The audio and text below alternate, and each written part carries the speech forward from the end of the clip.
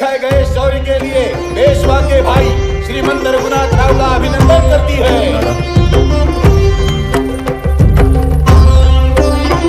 और अब सम्मानित किया जाता है स्वर्गीय श्रीमंत बाजीराव और मस्तानी के पुत्र और पेशवा के भाई शमशेर बहादुर। युद्ध में दिखाई गई शूरता के लिए पेशवा के चचेरे भाई श्रीमंत सदाशिवराव भाऊ का अभिनंदन किया जाता है। आप तो हमारे गले के हार हैं। काका, ये आपके लिए। विश्वास?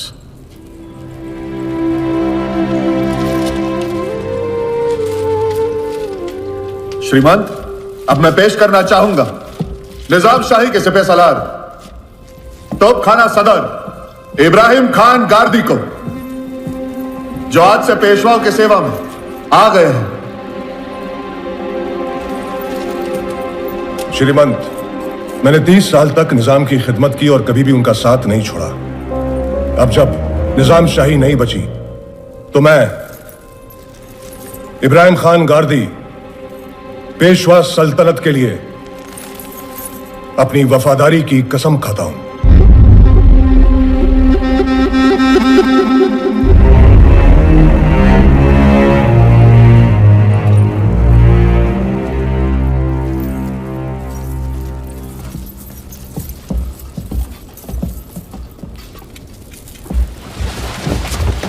इन्होंने वो काम करके दिखाया है जो हम में से कोई पेशवा नहीं कर पाया।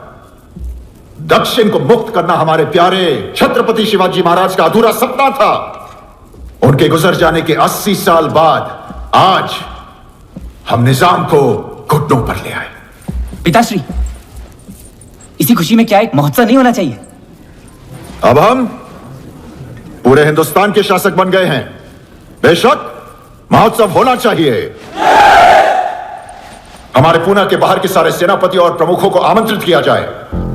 बुंदेलखंड से सरदार गोविंद पंत बुंदेले, सरदार बलवंत राव मेहंदड़े, ग्वालियर से सरदार जनकोजी शिंदे और सरदार दत्ताजी शिंदे, इंदौर से सरदार मल्हार राव होळकर।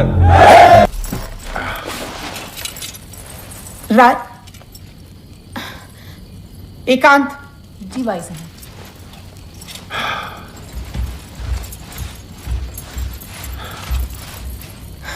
राया, शस्त्र पूजन के समय आपने पेशवा तलवार सदाशिव को क्यों दी? वो ऐसा करने की क्या जरूरत थी? आप सदाशिव को इतना मान क्यों दे रहे हैं? क्योंकि उसी ने तो निजाम शाही को जड़ से मिटाया है।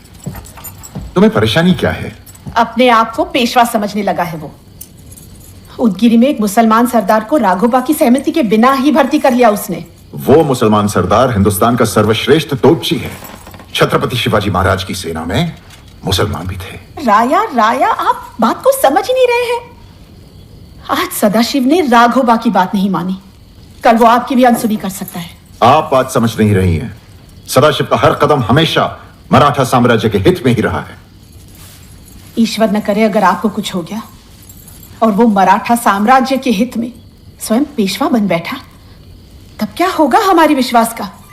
हाँ?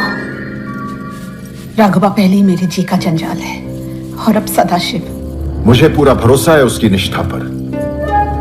तुम्हारे बेटे पर वो अपनी जान छिड़कता है और विश्वास भी उसे उतना ही प्यार करता है। विश्वास तो बच्चा है, पर आपके भोलेपन पे मुझे आश्चर्य हो रहा है। तो क्या चाहते हैं आप? क्या करूं? ये भी मैं बताऊं? पेशवा आप हैं कि मैं?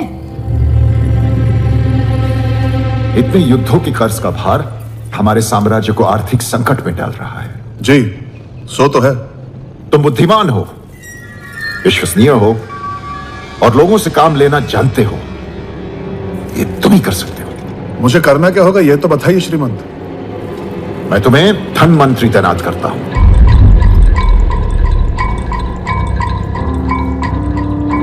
धन मंत्री? और मेरा काम कौन करेगा? वो ये अच्छा सुझाव है राया। आपके इस निर्णय से सदाशिव यहीं पुणे में रहेंगे और फिर राजधानी की सुरक्षा के लिए एक बलशाली योद्धा चाहिए। राघोबा भी तो है। एक से भले दो। दोनों जी आपको सारी जानकारी दे देंगे।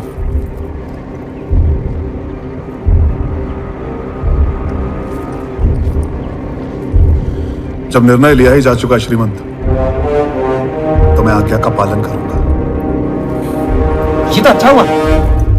अब मैं आपसे युद्ध कौशल भी सीख पाऊंगा और आप 1500 सूर्य नमस्कार कैसे करते हैं ये भी सीखूंगा।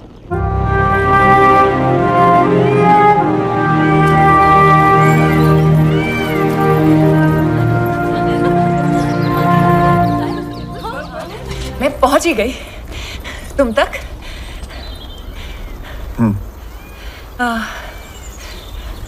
सुना है तुम्हें धनवंतरी बना दिया। पर सालो मेरा मन कहता है कि तुम ये काम भी निपुणता से करोगे।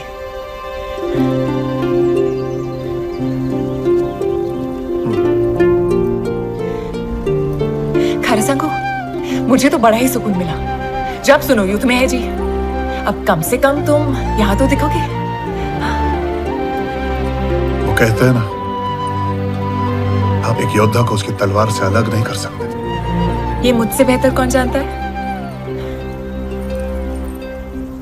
तुम ये जो कोशिशें कर रही हो ना पार्वती, मत करो। 7 नहीं भले 70 सीढ़ियां चढ़कर तुम मुझ तक पहुंचो। मेरे जीवन में 7 फेरे नहीं है, समझत कसा नहीं तुला। समझायचं सका है? अब डोर तुम्हारे हाथ में नहीं है। मैंने बहुत तपस्या की है। गणेश्वरी देवी के 108 उपवास रखे हैं मैंने, माहिती है? अब मैं तुम्हें कहीं और जाने नहीं दूंगी। देखना, तुम मेरे हो जाओगे, वो दिन दूर नहीं। खाओ खाओ भरायला लागलाय। अब क्या तभी मिलोगे जब अगला खाओ लगेगा? हार जला पार्वती, आता बात कर।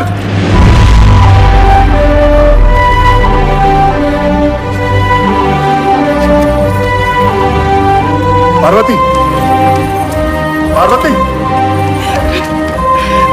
पार्वती।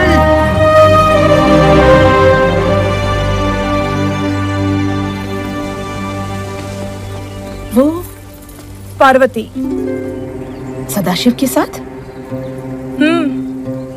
लगता है एक मामूली राज्य वैद्य पेशवा की रानी बनने के सपने बुन रही है। होएगा, मेरे रहते नहीं हो पाएगा।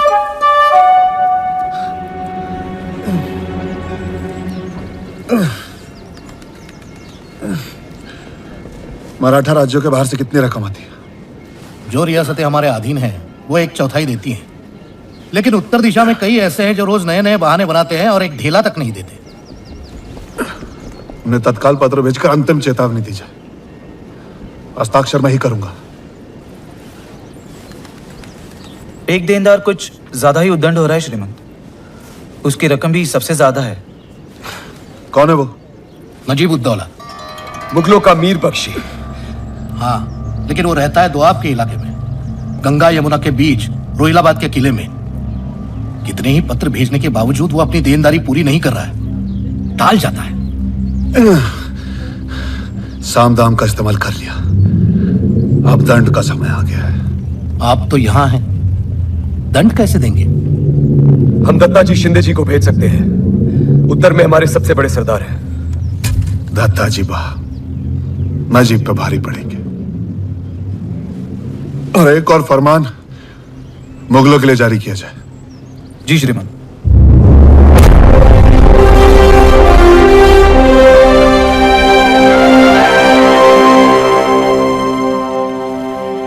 और इस अहमदिया करार के मुताबिक मुगलिया सल्तनत को अगर मराठाओं की ओर से आक्रमणकारियों से अपनी सुरक्षा जारी रखनी है तो आपको 1/4 की रकम अदा करनी होगी, जो कि आपने अभी तक नहीं की।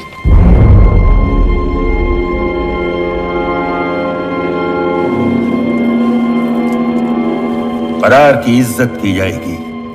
आलम पना, आप इन मराठाओं की धौंस पट्टी में मत आइए।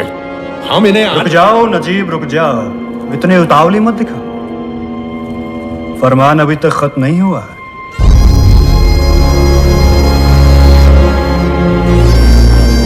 और नजीब-उद-दौला की नाफरमानी को देखते हुए उसे मुगल दरबार में मीर बख्श के ओहदे से इसी वक्त बेदखल किया जाता है।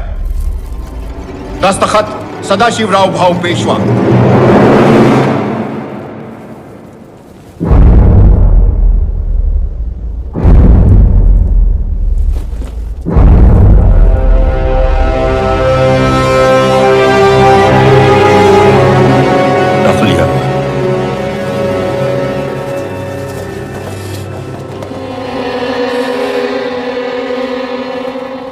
बदौला।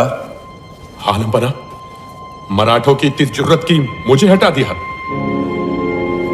हम क्या करते? आखिर हमें भी तो उनकी सरपरस्ती की जरूरत है। जहां बना, इसका मतलब यह नहीं कि ये हम पर हुकूमत चला सके। उन्हीं की शह पे ये इमाद इतना फुदक रहा है।